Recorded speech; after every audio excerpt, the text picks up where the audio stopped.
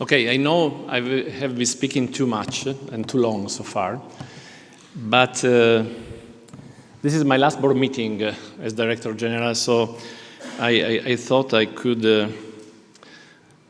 ask to have your indulgence for 5 minutes more, just to hear a bit what is my story and what I believe is my legacy for the ICGEB. For those of you who don't know me, can you have the slides, please? This is a younger picture of me. In April 1988, I've been the first scientist to be recruited to the ICGEB. And this is a picture of the first gel ever run, the first experiment ever run at the ICGEB. And I'm carrying the first page of one of the Italian newspaper just to testify that it was really that day. And together with me are Mariana Lopez, Alessandro Chen, Fabio Cobianchi. We were the two scientists and two technicians who started the activities at the ICGEB in 1998. And I've been more or less on and off associated with the ICGEB forever from that time. So I developed my life and my scientific and also my personal life at the ICGEB until the 13th of May 2014, when the board appointed me Director General, so five years ago. And apparently it was a very happy moment. But for me, it has been really the start of a very complicated period. And because assuming the responsibility of Director General, I assure you, is not something trivial for an international organization that is so complex and so difficult to consider, so unique. However, I believe that if I have to make a summary of these 5 years of my mandate, there are several issues of which I'm really proud. First, I showed you before, in anticipation of this slide, finally we have a management. We don't run the organization from a single or two persons, but we have a management team. And I have to say that this has been very easy, because we asked the help of a professional organization in establishing the managerial structure of ICGEB. And this is his first report. They say, well, listen, you won't have problem in establishing management because people here are all very proud to be part of the ICGEB. Scientists feel freedom in research, but they want to contribute to the activity. There is very limited resistance to change. Administration is lean. There is a very positive internal climate. There is a support by all staff to transparency. And people in the organization really want to contribute, which is very good. It meant that the basic structure of the ICGEB that I found as Director General was very willing to accompany and to be leaders in this change. When I started, I mentioned already this, the two components were really in a bad situation.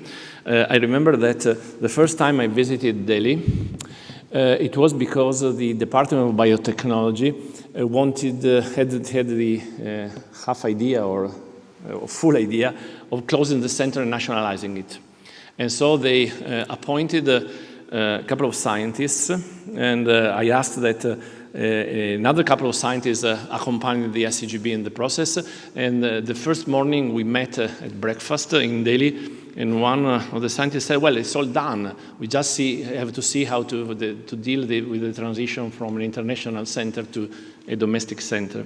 This has not been the case, and I think that has been really very difficult. We started by running a call for a new director of component, which was appointed together with Professor Vichara Vang, who has been a very strong supporter of ICGEB. He is now the chief scientist advisor for science to the Prime Minister of India, at least before the elections. And we have been very fortunate in together appointing Professor Salunke. That has been really a very essential move ensuring the success of our activities in India. Just to give you a tangible idea of the renewed interest of India towards the ICGEB, this was the contribution that I found in 2014, and this is the contribution that the ICGEB has received last year. The story for the South African component I already told you before, I won't repeat it, but there's been an increase in affection by all stakeholders of the ICGEB. In 2014, when was appointed, we almost for one member reached the legal number which rendered the election of the Director-General valid.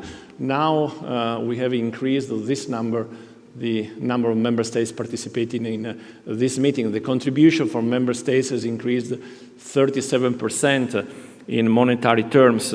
And also our activities have increased.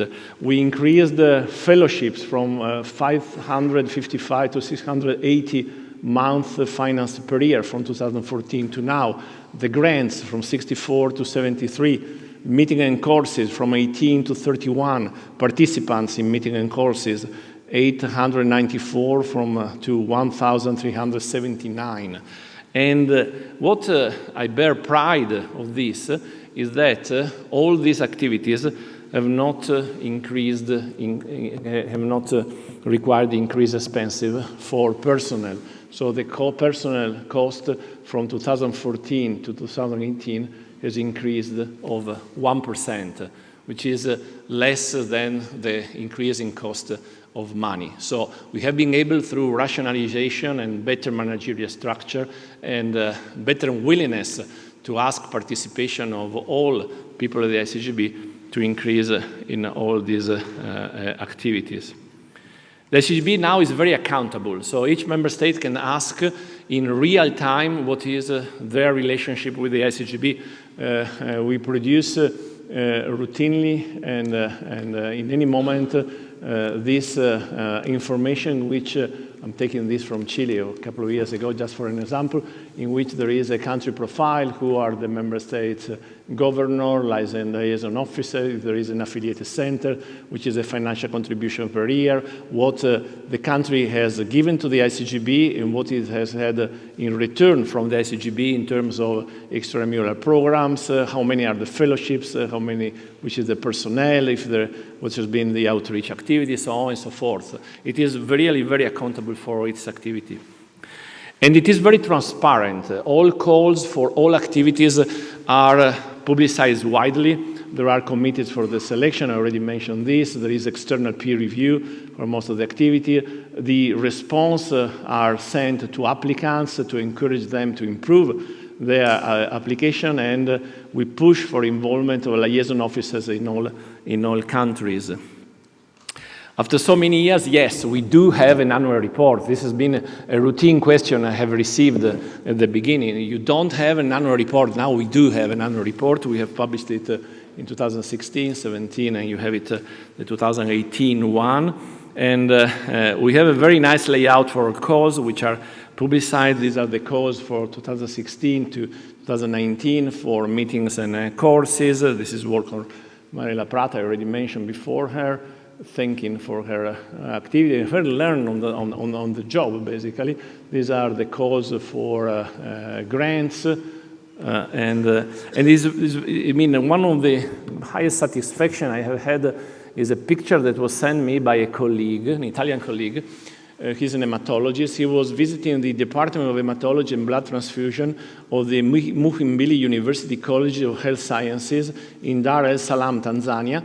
And he sent me this picture saying, hey, you're here, posted on the board. This is what we want from our publicizing activity. We want to be visible. In the course of this process, we learned something. The first thing we learned what we are not. We are not a research center. We are not a teaching university. We are not a charity that provides funding. And we learn what we are, or at least we are now. We are an international organization, a full-fledged one. We are a center for capacity building in member states, and we become more so with the RRCs. We are a project-oriented research and development center. This will be fantastic to be implemented in China, for example. We are a hub for international cooperation, an R&D innovation for the biotech industry, and we are a knowledgeable partner for member states' government. This is what we have been doing for 30 years with the ICGEB, excellent research, extramural programs, and large biosafety programs. And this is what we do now. So in addition to this, we cooperate with other international organizations. You've heard from Mariana how broad is the list. We provide advisory service and activities in member states, and we do technology transfer to industry and startups. We have rediscovered our nature as an international organization. You have seen already these pictures of participation in the United Nations STI Forum in New York or the UNACB meeting on bioethics by our scientists. We have rediscovered our nature as a partner with industry. 3 years ago, you approved the first comprehensive policy guideline for technology transfer, intellectual property rights of the ICGEB. This is a comprehensive policy that governs all kinds of relationships with industry, starting from patenting, licensing, and resolving conflict of interests. I've learned how to provide an answer to this question, which is one of the most common questions I'm asked when I'm traveling around. Is, why should I be interested in ICGEB? And the answer I learned to provide it is, well, first because we have a 30-year record of activities. So for any partner who wants to develop activities in member states, we can prove a record of activity of 30 years. We know the partners in the States. And then if a country is among the least developed, well, through the ICGEB, they can have access and become part of the global advancement in life sciences. You don't know how many scientists in developing countries are extremely brilliant, but really they don't have access to the leading edge of research. If countries have an emerging economy, well, they can become regional hubs in a UN international context. So we provide coverage as an international organization for countries that have emerged from developing countries and want to become a hub for other countries in the same region. And for all countries in general, we are an instrument to become part of a global international cooperation. We are growing. You heard about these initiatives of the Regional Research Center in Taizhou and in Panama City. You heard that it will be developed in Sri Lanka. You heard the interest of Brazil. You heard the potential interest of Egypt, of Sudan. We welcome to this initiative. We have to spread out in our member states.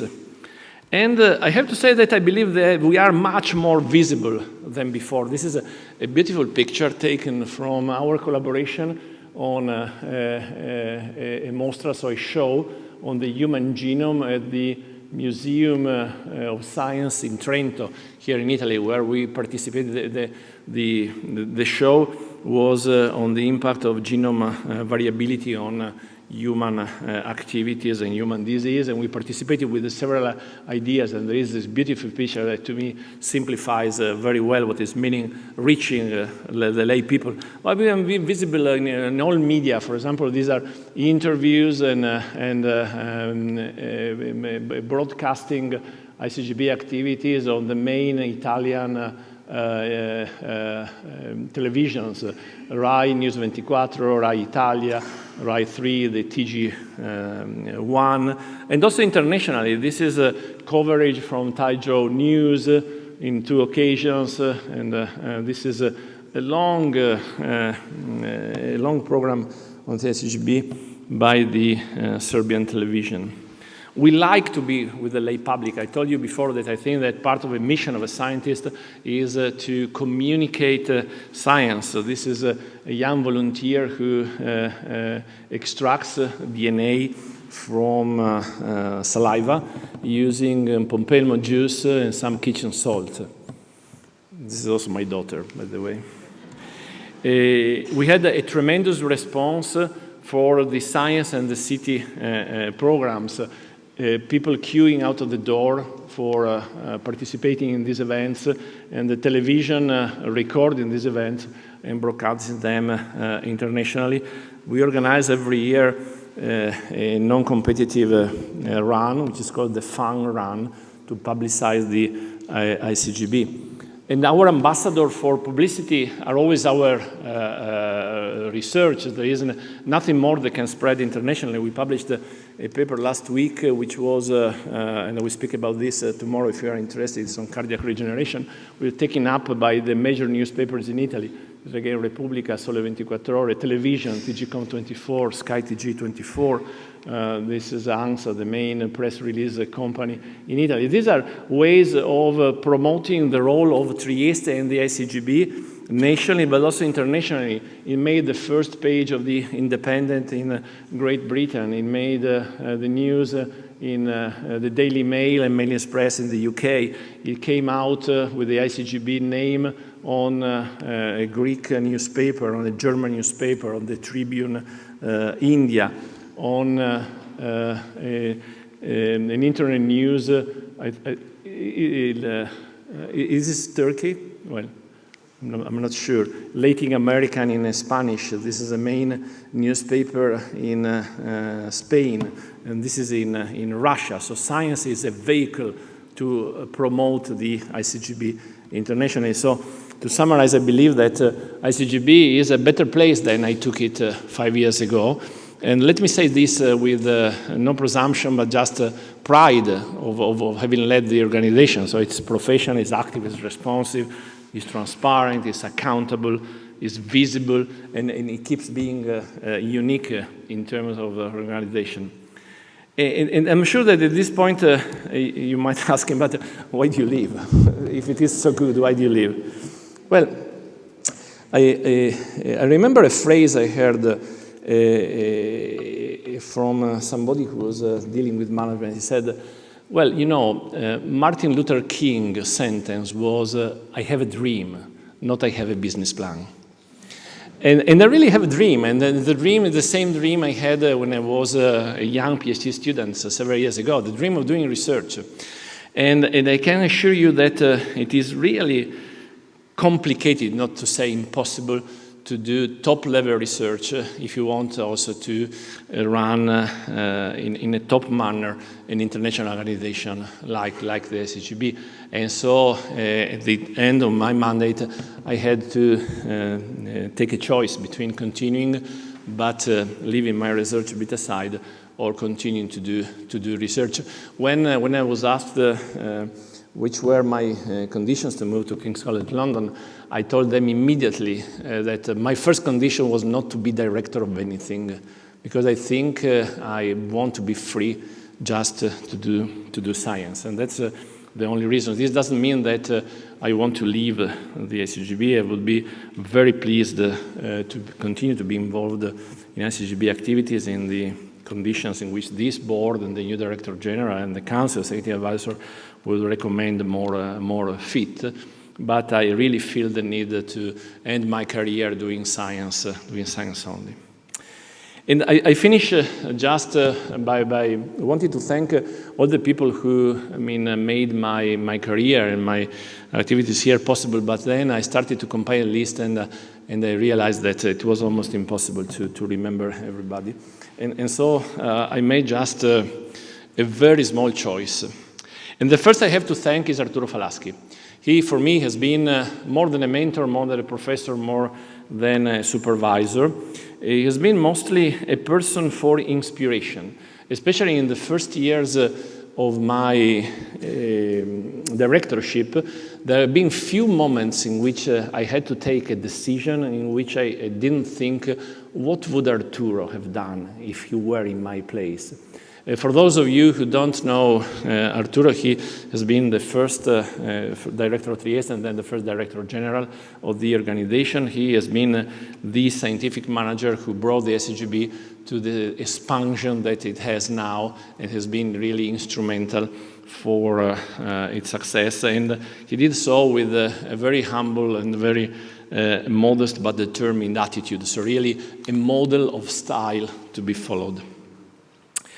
Then I have to thank the three persons who have tolerated me over the years as the person closer to all my activity. First, Susan Kerbavcic, and then Raffaele Agosti, with the continuous presence throughout these years of Marella Prata. I mean, these are my confidence, these are the persons who has witnessed all the activities and my perception of those, and these are the persons with whom I have taken also an attitude of seeing important things in a light manner, and I'm very grateful for that. Coming to the office every morning has been truly a delight all throughout these years.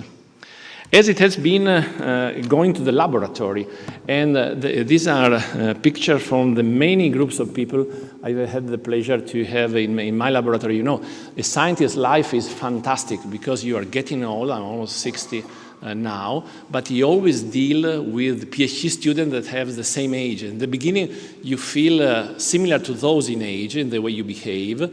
At the end, you keep feeling exactly the same, but they look at you differently. But this keeps you really young. And I have had in the laboratory really many talented PhD students and postdoc from many nationalities that have permitted me really to live laboratory life with a great pleasure. Falaschi himself used to say that doing research is a mature way of prolonging adolescence.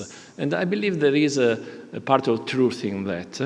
And I learned from the interaction with these young collaborators that you can do very serious things with a very light attitude.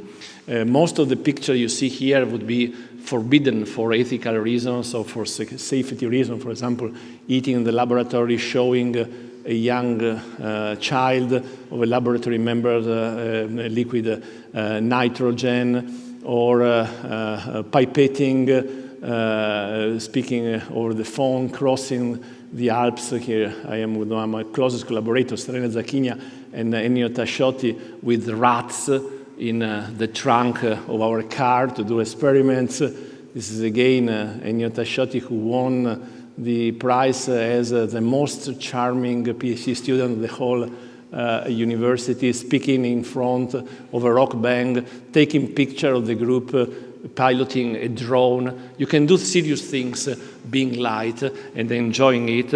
And these are 4 ICGEB PhD students who mimic the ICGEB letters with their bodies. So thank you very much to all these people, because they have made my life at ICGEB really very memorable and enjoyable.